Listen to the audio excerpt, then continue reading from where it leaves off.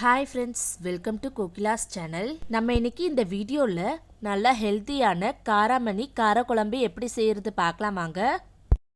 அதுக்கு ஒரு பாத்திரத்தை எடுத்து ஒரு 6 ஸ்பூன் எண்ணெயை ஊற்றிக்கலாம்.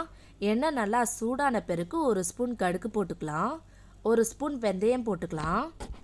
கடுகும் வெந்தயமும் நல்லா பொரிஞ்ச பிறகு ஒரு வெங்காயத்தை சின்ன சின்னதாக கட் பண்ணி வச்சுருக்க அதை போட்டுக்கலாம். வெங்காயத்தை எல்லாத்தையும் போட்ட பிறகு கொஞ்சமாக கருவேப்பிலை போட்டுக்கலாம். ஒரு ஸ்பூன் சால்ட் போட்டுக்கலாம். 20 பல் பூண்டை உரிச்சு வச்சிருக்க அதை போட்டுக்கலாம். இப்போ எல்லாத்தையும் சேர்த்து நல்லா கலந்து விட்டுக்கலாம். வெங்காயம் நல்லா விதங்கின பிறகு ஒரு 3 தக்காளியை கட் பண்ணி வச்சிருக்க அதை போட்டுக்கலாம். போட்ட பிறகு நல்லா கலந்து விட்டுக்கலாம். தக்காளி நல்லா விதங்கின பிறகு 1/2 ஸ்பூன் மஞ்சத்தூள் போட்டுக்கலாம். மஞ்சத்தூள் போட்ட பிறகு நல்லா பிரட்டி விட்டுக்கலாம். நல்லா கலந்த பிறகு ஒரு 5 கத்திரிக்காயை நீல வாக்கில் கட் பண்ணி வச்சுருக்க அதை போட்டுக்கலாம். போட்ட பிறகு இப்போ நல்லா கலந்து விட்டுக்கலாம். ஒரு நிமிஷத்துக்கு நல்லா பிரட்டி விட்டுக்கலாம்.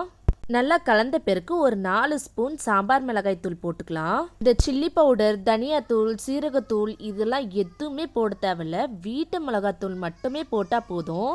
இப்போ நல்லா கலந்த பிறகு ஒரு லெமன் சைஸ் புளியை நல்லா வாஷ் பண்ணிவிட்டு தண்ணியை ஊற்றி கெட்டியாக கரைச்சி வச்சுருக்க அதை ஊற்றிக்கலாம். ஊற்றிட்ட பிறகு நல்லா கலந்து விட்டுக்கலாம். சிம்மில் ஒரு 10 நிமிஷத்துக்கு நல்லா கொதிக்கட்டும்னு மூடி போட்டு க்ளோஸ் பண்ணி வச்சுக்கலாம். 10 நிமிஷம் கழித்து ஓப்பன் பண்ணிவிட்டு நல்லா கலந்து விட்டுக்கலாம். நல்லா கலந்த பிறகு காரமணியை 2-3 தடவை நல்லா வாஷ் பண்ணிவிட்டு 6 மணி நேரம் ஊற வச்சு குக்கரில் 3 விசில் விட்டு எடுத்து வச்சுருக்க அதை போட்டுக்கலாம். எல்லாத்தையும் போட்ட பிறகு நல்லா கலந்து விட்டுக்கலாம். நல்லா கலந்த பிறகு ஒரு 5 நிமிஷத்துக்கு நல்லா கொதிக்கட்டும். 5 நிமிஷம் கழிச்சு கேஸ் ஆஃப் பண்ணிடலாம். அவ்வளோதாங்க, காராமணி காரக்குழம்பு ரெடி ஆயிடுச்சு. இதே மெத்தடில் செஞ்சு பாருங்க, செம்ம டேஸ்டாக இருக்கும். உங்கள் வீட்டில் இருக்கவங்க எல்லாருமே விரும்பி கேட்டு வாங்கி சாப்பிடுவாங்க. கண்டிப்பாக நீங்களும் ட்ரை பண்ணி பார்த்துட்டு எப்படி இருந்துச்சுன்னு கமெண்ட் பண்ணுங்கள். ஓகே ஃப்ரெண்ட்ஸ், இந்த வீடியோ உங்களுக்கு பிடிச்சிருந்தனா லைக் பண்ணுங்கள், ஷேர் பண்ணுங்கள், கமெண்ட் பண்ணுங்கள், மறக்காமல் சப்ஸ்கிரைப் பண்ணிடுங்க.